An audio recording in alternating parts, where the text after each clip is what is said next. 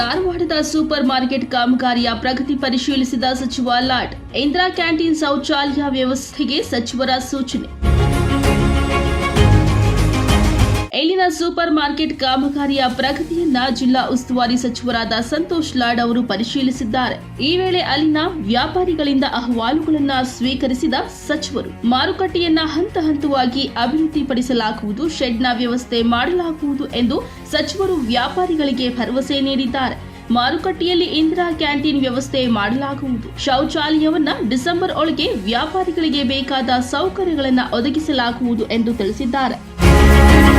Shed ಮಾಡಿಕೊಡಬೇಕು ಎಂದು ಸಚಿವರಿಗೆ ಮನವಿ ಸಲ್ಲಿಸಿದೆವು. ಅದಕ್ಕೆ ಸ್ಪಂದಿಸಿದ ಸಚಿವರಿಗೆ ಧನ್ಯವಾದಗಳು. ನಮ್ಮ ಕುಂದುಕೊರತೆ ಆಲಿಸಿದ ಸಚಿವರಿಗೆ ಧನ್ಯವಾದಗಳು ಎಂದ ವ್ಯಾಪಾರಸ್ಥರು.